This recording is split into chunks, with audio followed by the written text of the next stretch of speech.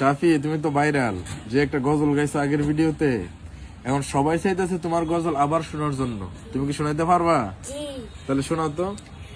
সুস্থ লোকে নয় পাগলেও কয়, সুস্থ লোকে নয় পাগলেও কয়, মা নামটি হলো বড়ই মধুময়, মা নামটি হলো বড়ই মধুময়।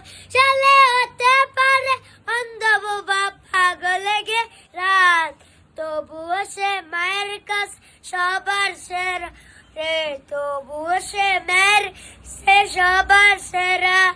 জগতের মায়ের মতো কার আছে হৃদয়, জগতের মায়ের কার আছে হৃদয়, মা নামটি হলো বড়ই মধুময়, মা নামটি হলো বড়ই মধুময়।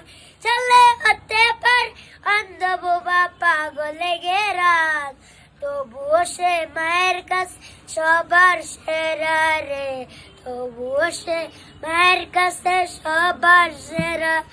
জগতের মায়ের মতো কার আছে হৃদয়, জগতের মায়ের মতো কার আছে হৃদয়, মা নামটি হলো বড়ই মধুময়, মা নামটি হলো বড়ই মধুময়।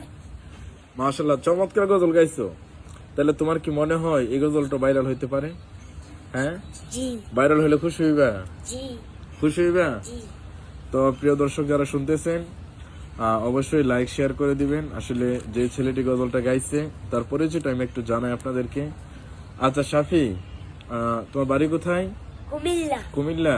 তোমার আম্মু আব্বু কে আছে? হ্যাঁ, তোমার আম্মু আব্বু কে আছে আর কে নাই?